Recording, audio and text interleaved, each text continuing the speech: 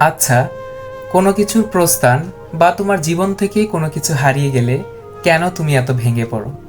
কেন এত কষ্ট পাও? একটি বারও কি ভেবে দেখেছ যা পেয়েছিলে তা কি শুধুমাত্র নিজ যোগ্যতায়? আচ্ছা, তোমাকে যদি এখন আমি প্রশ্ন করি, তুমি কি তোমার মা বাবাকে অনেক ভালোবাসো? মোস্ট অফ দ্য কেস ম্যাক্সিমামের জবাবটাই কিন্তু হবে এমন যে হ্যাঁ, এই দুইটা মানুষকে আমি আমার মা বাবা হিসাবে পেয়ে অনেক গর্বিত, অনেক খুশি, অনেক বেশি আমি হ্যাপি। আল্লাহর কাছে অনেক বেশি কৃতজ্ঞ হয়তো তুমি থাকবে। কিন্তু আমি যদি তোমাকে প্রশ্নটা আবারও করি যে মা বাবা হিসাবে এই দুইটা মানুষকে তোমার জীবনে পেতে তুমি ঠিক কী পরিমাণের কষ্ট করেছিলে, কী পরিমাণের চেষ্টা করেছিলে? কোনো প্রার্থনা, কোনো আকাঙ্ক্ষা, কোনো দোয়া, চেষ্টা কিছুই কি করেছিলে? তোমার জবাবটা হবে না, কিছুই করোনি। অথচ এনারাই কিন্তু তোমার জীবনে সব থেকে বড় আশীর্বাদ। কিন্তু তুমি না চাইতেও না তাদেরকে তুমি পেয়ে গেছো।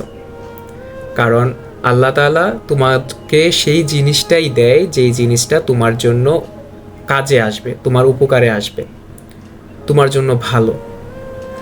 আমরা জীবনে যা চাই তা সবই যদি পেয়ে যেতাম, জীবনটা এত সুন্দর হতো না, ভুলে ভরা হয়ে যেত।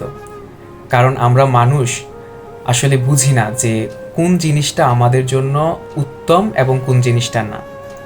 হয়তো ক্ষেত্র বিশেষে কিছু কিছু ক্ষেত্রে আমরা বুঝতে পারি, বাট সব সময়ের জন্যই মঙ্গল কোন জিনিসটা আমাদের জন্য আর কোনটা একেবারেই অমঙ্গল সেটা হয়তো বা প্রাথমিকভাবে আমরা বুঝতে পারি না। তাই কিছু কিছু সময় হারিয়ে যাওয়া জিনিসই তোমার জন্য মঙ্গলকর। তাহলে যেই জিনিসটা তুমি হারিয়ে ফেলেছ তার জন্য কেন এত কষ্ট?